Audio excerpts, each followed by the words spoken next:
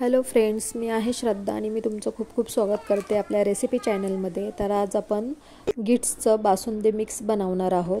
तर त्याच्यासाठी ना मी 2 लिटर दूध घेतलेलं आहे आणि त्याच्यातलंच थोडंसं दूध मी काढून ठेवलेलं आहे आणि आता हे बासुंदी मिक्स आपण त्या थोड्याशा दुधामध्ये टाकणार आहोत आणि जे 1.5 लिटर दूध आहे ते गरम करायला ठेवणार आहोत।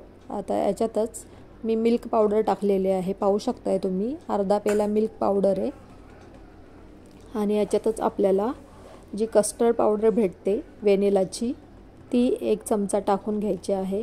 कारण मिल्क पावडर आणि कस्टर्ड पावडर टाकल्यावरती ना आपल्या बासुंदीला खूपच क्रीमी आणि छान टेस्ट येते आणि मिल्क पावडरमुळे आणि ह्या कस्टर्ड पावडरमुळे ना एक कलरही खूप क्रीमी आणि छान येतो आणि त्याचं टेक्स्चरही व्यवस्थित येतं, जास्त दूध आटवायला लागत नाही आणि बासुंदी ही आपली खूप छान घट्टसर होते। आता तुम्ही पाहू शकताय दूध चांगलं उकळलेलं आहे।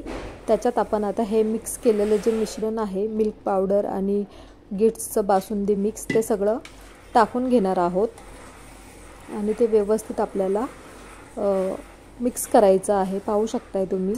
आणि याला पुन्हा 5 मिनिटं आपल्याला उकळून घ्यायचं आहे आणि त्याच्यानंतर मी एक छोटा पेला साखर टाकलेली आहे, पाहू शकताय आपल्या बासुंदीला किती छान आणि क्रीमी कलर आलेला आहे। तर फक्त बासुंदी मिक्स आणून जर डायरेक्ट आपण अशी नुसती बासुंदी केली ना तर त्याची टेस्ट एवढी चांगली येत नाही जेवढी मिल्क पावडर आणि हे कस्टर्ड पावडर टाकून येते।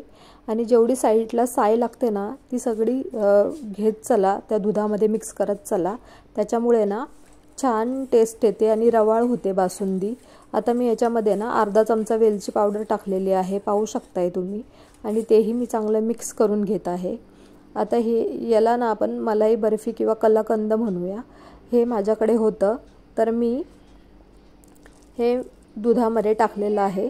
त्याच्याने काय होतं की एकदम छान आणि रवाळ टेक्स्चर येतं, तुम्ही पाहू शकताय किती छान आणि सुंदर कलर आलेला आहे आपल्या बासुंदीला। तर तुमच्याकडे पेढे वगैरे जर कधी उरलेले असतील, आता गणपतीचा सीझन म्हटल्यावरती खूप स्वीट येतं घरामध्ये, तर ते संपवलं जात नाही, तर अशा प्रकारे आपण त्याचा यूज करू शकतो। त्याच्याने साखरही कमी लागते आपल्याला। तर तुम्ही पाहू शकता याच्यामध्ये मी फक्त अर्धाच पेला साखर टाकलेली आहे। बघा बासुंदीचा कलर किती छान क्रीमी आणि येलोइश आलेला आहे।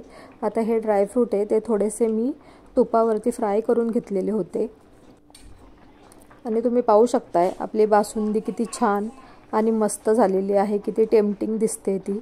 तर नक्की तुम्ही एकदा अशा प्रकारे ना ही बासुंदी करून बघा, खूप छान होते आणि टेस्टलाही खूप छान लागते। एकदा नक्की करून बघा।